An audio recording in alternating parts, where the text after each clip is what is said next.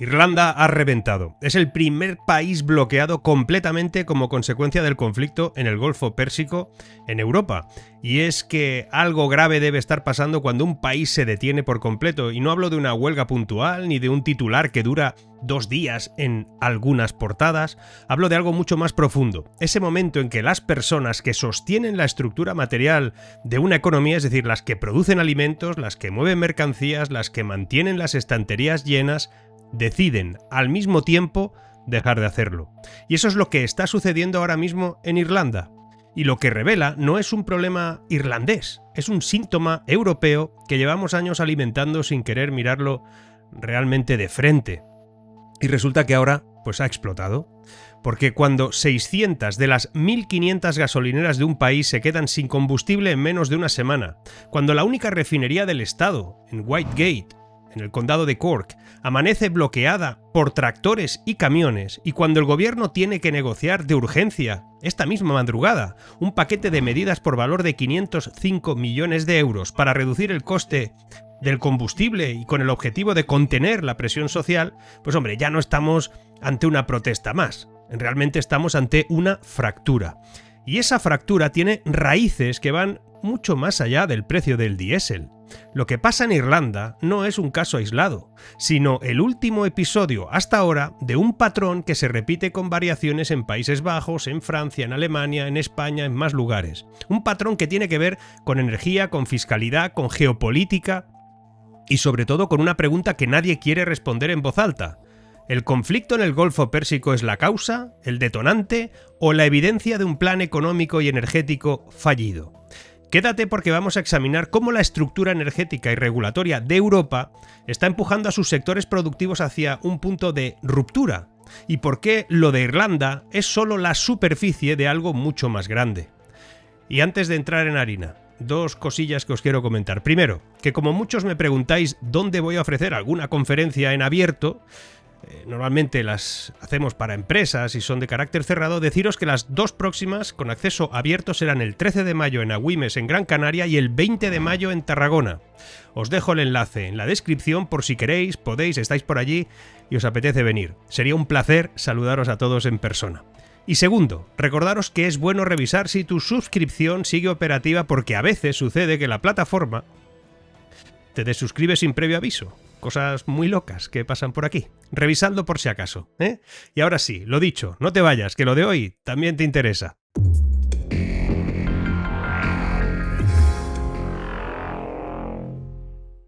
He vivido 7 años en Dublín, tengo un hijo viviendo allí, conozco bien el país y a sus gentes y lo que allí está pasando no es tan excepcional ni nos puede parecer tan lejano. No lo es. Ya verás. Mira, lo que comenzó el 7 de abril, como una serie de convoyes lentos, de camioneros, tractores por carreteras secundarias irlandesas, se convirtió en menos de 72 horas en un bloqueo logístico a escala nacional. Agricultores, transportistas, taxistas, operadores de autobuses, todos ellos se fueron sumando progresivamente a la protesta. Las redes sociales aquí actuaron, como normalmente pasa, como acelerador. Y lo que empezó en condados rurales del oeste llegó, ojo, a la M50 de Dublín. Y eso es clave. Anatomía de un bloqueo. El detonante inmediato fue el precio del diésel, lo sabemos, pero aquí necesitamos detenernos en un dato estructural que suele pasarse por alto. Lo pasan por alto a veces, supongo que queriendo. En Europa, el precio final del combustible tiene 3 componentes: el precio internacional del crudo, el coste de refino y de distribución y los impuestos. Según la Tax Foundation, en marzo de 2026 los impuestos representan una media del 44% del precio del diésel en la Unión Europea y un 52% en el caso de la gasolina. Y en Irlanda hay un impuesto especial sobre el diésel que también tenemos otros. Y ese segundo, ahí, es el más alto de Europa tras Italia. Y a eso hay que sumarle el IVA correspondiente y todo lo que hay. Algunos países, como España, como el mío, han rebajado ese impuesto temporalmente y eso ha amortiguado el golpe de forma inicial, pero eso es un parche temporal. Irlanda, como te decía al principio, tiene una sola refinería de petróleo en todo el país, una, Whitegate en Cork. Cuando los manifestantes la bloquearon entre el 8 y el 9 de abril, no estaban cortando una carretera más, estaban cerrando el grifo de todo el suministro interno. Allí sí saben hacerlo. Y eso explica la velocidad con la que las gasolineras se fueron vaciando. Y esto será clave para entender lo que va a venir después. Pero antes de eso, veamos qué significa que cualquier subida de precio internacional del crudo se amplifique automáticamente a través de la estructura fiscal. Normalmente nos dicen que sube el petróleo porque hay un estrecho ahí por el que no puede pasar, pero es que hay un tema que tiene que ver con que el petróleo suba. Es que el sistema multiplica esa subida y cuando quien paga ese sobrecoste es un transportista autónomo cuyo combustible representa entre el 25 y el 35% de sus costes operativos, o un agricultor cuyos márgenes estaban comprimidos por el precio de los fertilizantes que ya subieron un 149% en 2022, el resultado ya no es una protesta. Entonces es una parálisis, porque esto no es una subida puntual. Aquí es donde la mayoría de los análisis se detienen. Dicen algo así como, el petróleo ha subido por la tensión en Oriente Medio. Y pasan página y se acabó. Vamos a lo siguiente. Pero lo que está ocurriendo es bastante más profundo. En 2026, el encarecimiento del crudo tiene un detonante geopolítico concreto. Bien, la escalada bélica entre Estados Unidos, Israel e Irán, con el cierre parcial del estrecho de Hormuz. Ya veremos si hoy también se añade otro cierre, en este caso vinculado a Estados Unidos. Veremos si al final eso se queda parado del todo. Y eso es real, tiene un impacto inmediato, pero el problema de Europa y de gran parte del mundo con la energía no empezó ahora. Lleva años gestándose. Primero, por la inversión en infraestructura de combustibles fósiles que se ha reducido sistemáticamente. Europa ha cerrado refinerías, ha limitado la explotación y exploración también, que ha encarecido la producción mediante regulación climática. El S&P Global dice que el continente podría perder hasta 1,5 millones de barriles diarios de capacidad de refino para 2030. Shell anunció el cierre de procesamiento de crudo en Wesseling, Alemania. BP recortó un tercio de su capacidad en Gelsenkirchen. La refinería de Livorno, en Italia, suspendió operaciones. Menos refinería significa menos diésel, producido localmente, y más dependencia de importaciones. La soberanía energética famosa es un cuento de momento. Segundo, el shock energético de 2022, provocado por la ruptura de suministro del gas ruso tras la invasión de Ucrania, nunca se resolvió. Europa sustituyó el gas barato por tubería, por gas natural licuado transportado por barco, que es más caro, más volátil. Lo estamos viendo.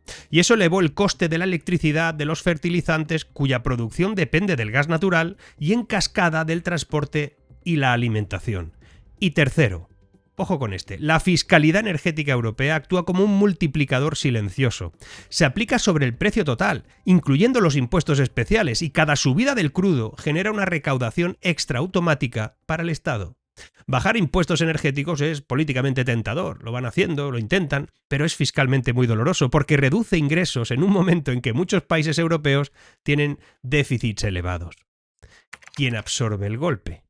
Pues si hasta ahora hemos visto cómo la combinación de tensión geopolítica, pérdida de capacidad de refino y dependencia energética, y además una estructura fiscal amplificadora que ha convertido a Europa en un entorno donde la energía es estructuralmente cara, ¿qué pasaría? Vamos a ver si además el sistema regulatorio acelerara esa presión sobre los sectores que menos capacidad tienen para trasladar costes, porque eso es exactamente lo que está ocurriendo ahora mismo.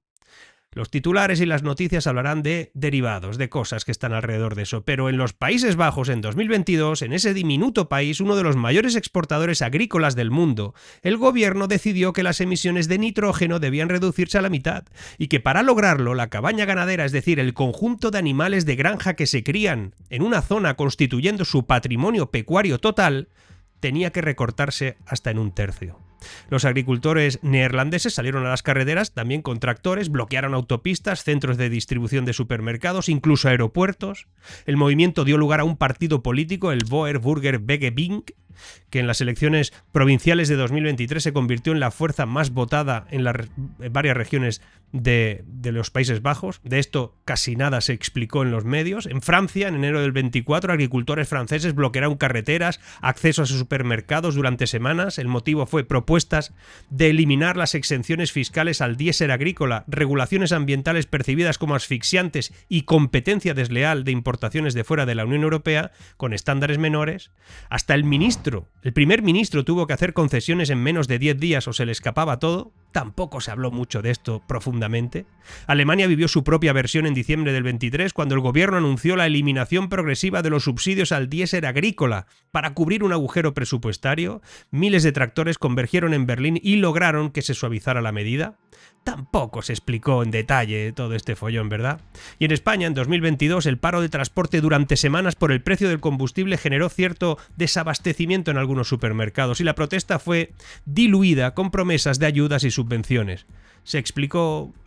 bueno, lo notamos, en realidad, aunque se explicó de forma muy relativa. Y como puedes ver, el patrón siempre es el mismo. Costes energéticos al alza, más regulación creciente, igual a conflicto. Y por cierto, la noticia normalmente se trata de una manera muy superficial. Y quienes se movilizan no son sectores marginales, son agricultores y transportistas, es decir, los que producen y los que mueven lo producido. Lo advirtió Frédéric Bastiat en el siglo XIX. El Estado es la gran ficción a través de la cual todo el mundo se esfuerza por vivir a expensas de todo el mundo. Cuando el coste de esa ficción recae desproporcionadamente sobre quienes sostienen la cadena productiva, como es el caso de ahora, el sistema no puede adaptarse. El sistema se detiene. Y de momento, las protestas se soportan con aportaciones estatales que van directamente a déficit o a impuestos indirectos que pagaremos todos tarde o temprano, a deuda. De momento todo queda en protestas fugaces, que se apagan pronto con alguna medida, pero es cuestión de tiempo que eso ya no sea tan fácil de amortiguar.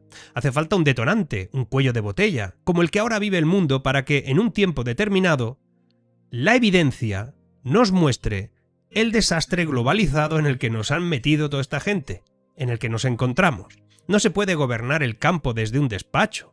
No se puede dirigir el mundo empresarial sin haber gestionado una empresa en tu vida. Ni se puede entender lo que supone una subida de precios contundente desde la comodidad de tu visa infinita y tu coche oficial con los asientos de piel de alcántara. Es que no se puede. Y lo que no puede ser, y además es imposible, nunca lo será. La contradicción europea. Aquí es donde el problema se vuelve, permitidme que lo diga, estructural. Y si me permites aún más, casi filosófico. Europa quiere descarbonizar, quiere liderar la transición energética. Bien, quiere cumplir con el Pacto Verde Europeo y sus objetivos de reducción de emisiones para 2030 y 2050. Bien, no tengo nada que decir. Todo eso es legítimo. Y desde muchos ángulos acepto, es necesario. Pero tiene un coste todo esto. Y la pregunta incómoda aquí es ¿quién lo va a pagar? Porque mientras Europa encarece su propia base productiva, con impuestos al carbono, restricciones al diésel, regulación creciente, resulta que el sistema alternativo todavía no está listo. Aquí nadie preparó eso para cuando tenía que suceder. No hay suficientes camiones eléctricos para sustituir flotas de transporte. No hay infraestructura de recarga rural para maquinaria agrícola. No hay alternativas viables a los fertilizantes derivados del gas natural a escala industrial. La transición está en marcha, sí. Pero el puente entre el sistema actual y el futuro tiene tramos que aún nadie ha construido. Y quienes cruzan ese puente a diario, los que lo viven, los que lo sufren, son los que están cayendo. Porque mientras tanto Estados Unidos aprobó en 2022 la Inflation Reduction Act, un paquete de subsidios masivos que abarataba la energía para su industria. Y también China produce sin las mismas restricciones ambientales y sin los costes laborales que tenemos nosotros. Y el resultado es que Europa, en su ambición regulatoria, está generando una asimetría competitiva que perjudica a los nuestros, a nuestros propios productores. Y aquí volvería a ser relevante aquel dato que te dije que recordaras. Irlanda tiene una sola refinería, un solo punto de fallo. Cuando ese punto se bloquea, 600 gasolineras se quedan secas en días. Y esa fragilidad es un buen ejemplo, porque no es accidental. Es el resultado de décadas de desinversión en infraestructuras energéticas propias, que se ha acelerado por una estrategia de transición que ha ido desmantelando lo viejo antes de tener lo nuevo construido. Irlanda, por lo tanto, no es una anécdota. Es, en cierto modo, el laboratorio extremo de lo que puede pasar a cualquier país europeo que dependa de infraestructuras energéticas mínimas y cadenas de suministro largas y vulnerables. Lo de ir desmontando nucleares, ya veremos cómo acaba. Lo que esto significa. Puedes tensionar muchos sectores de una economía durante mucho tiempo. Puedes subir impuestos. puedes regular, puedes encarecer insumos, pero hay un punto que no puedes tocar, y no puedes tocarlo sin consecuencias inmediatas. La logística. Cuando se bloquea el transporte de alimentos, de combustible, de suministros básicos, el impacto no es gradual, es instantáneo. Y eso convierte una protesta sectorial en un problema sistémico. Porque aquí lo que nadie pronuncia en voz alta, nadie quiere decir en voz alta, es que esto no va de combustible, va de quién paga esa transición. Y la respuesta hasta ahora es muy clara, muy evidente. Agricultores, transportistas y clases medias productivas. Los costes suben, los márgenes desaparecen y la presión regulatoria aumenta. En estos días, precisamente, se han aplicado más medidas intervencionistas. Mientras estamos esperando si hay tregua o no, si hay fin de la guerra. La capacidad de absorción tiene un límite y ese límite en varios países europeos ya se ha alcanzado y si no cambia el enfoque, lo que viene ahora es previsible. Más protestas, más bloqueos, más tensión entre instituciones europeas y sectores productivos, y no porque la gente no entienda la necesidad de una transición energética, sino porque la forma en que se está ejecutando traslada el coste de manera totalmente desigual, sin ofrecer alternativas que sean viables a quienes más lo soportan. Irlanda no es una anécdota, no está paralizada por el combustible, está paralizada porque el equilibrio se ha roto, y cuando producir deja de ser rentable y transportar deja de ser viable, el sistema no se adapta, se detiene. Pero además hay algo que conviene no olvidar aquí, ¿eh?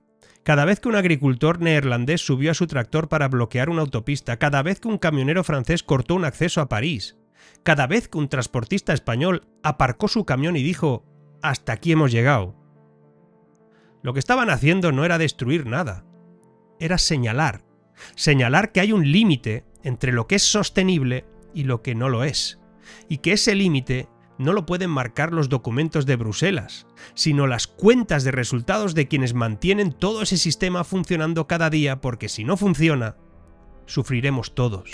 Y no se trata de elegir entre transición ecológica y producción, que no, que se trata de entender que una no puede existir sin la otra y que quizá, solo quizá, el orden en que estamos haciendo las cosas merecería una revisión honesta. Y no desde la ideología, esto no va de ideologías, esto va de aritmética, porque los números, a diferencia de los discursos, no negocian. La pregunta no es si Europa necesita cambiar su modelo energético. La respuesta a eso es obvia. La pregunta es si está dispuesta a asumir que ese cambio tiene un coste real, que alguien tiene que pagarlo, y que hasta ahora se lo estamos cargando siempre a los mismos, a quienes menos pueden permitírselo. ¿En qué están pensando? ¿Cuándo votamos eso que están haciendo? ¿Por qué lo desmontaron todo? Son cosas que hay que preguntarse. Seguimos.